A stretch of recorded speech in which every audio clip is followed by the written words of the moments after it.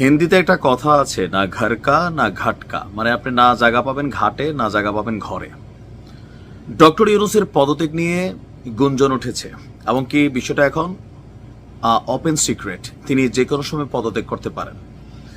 এই পদত্যাগ করার পেছনে বেশ কিছু চাপ তিনি ফিল করছেন, আর এই চাপগুলোর মধ্যে উপদেষ্টা পরিষদে বেশ কয়েকজন মানুষ আছেন যাদের উপর আসলে ইউনূস সরকার নির্ভরশীল। এখন এই মুহূর্তে ডক্টর ইউনূসকে অগ্নি পরীক্ষা দিতে হবে যে তিনি তার রাইট হ্যান্ড কি ঝাঁটাই করে ফেলবেন নাকি রাখবেন। যদি রাখেন, আগামী দিনগুলোতে ওনাকে আরো একটা ঝামেলা পোহাতে হবে। আর ওই রাইট হ্যান্ডের নাম হচ্ছে, বুঝতেই পারছেন, ডক্টর আসিফ নজরুল। আওয়ামী লীগের চক্ষুশুল সর্বোচ্চ লেভেলে, বিএনপিরও এই মুহূর্তে চক্ষুশুল, আর এনসিপির আরো চক্ষুশুল হয়ে গেল 4 দিন আগে যে সার্জিস হাসনাতদেরকে মুক্ত করার জন্য জুলাই আগস্টের সেই দিনগুলোতে শিক্ষকদের মধ্যে যিনি রাজপথে নেমেছিলেন, নেতৃত্ব দিয়েছিলেন, সেই আসিফ নজরুলকে নিয়ে আজকে সার্জিসরা কথা বলছে। কেন কথা বলছে? কারণ আসিফ নজরুল অনেক ধরনের কিছুতে জড়িত হয়ে গেছেন।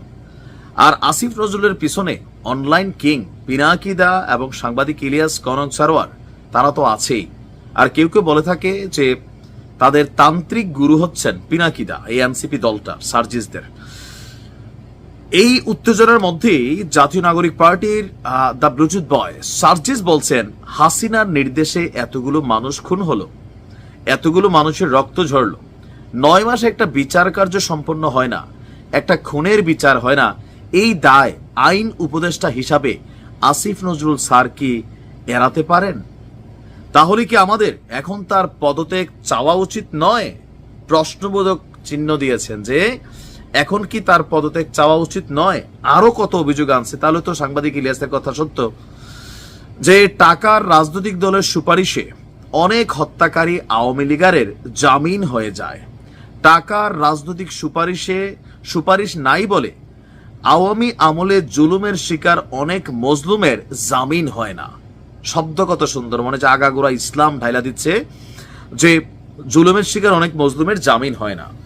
শাপলা হত্যাকাণ্ডে হেফাজতের উপরে চাপানো মিথ্যা মামলায় অনেক মজদুর আলেম এখনো আদালতে চক্কর কাটেন, একদম অনুভূতিতে গুতা দিছে। আমাদের আলেমরা হচ্ছে অনেক ধরনের বোকা টাইপের একটা ক্যারেক্টার, ওনাদেরকে হালকা কেউ একটু মাথায় হাত পুষলে মনে করে ঘরের লোক।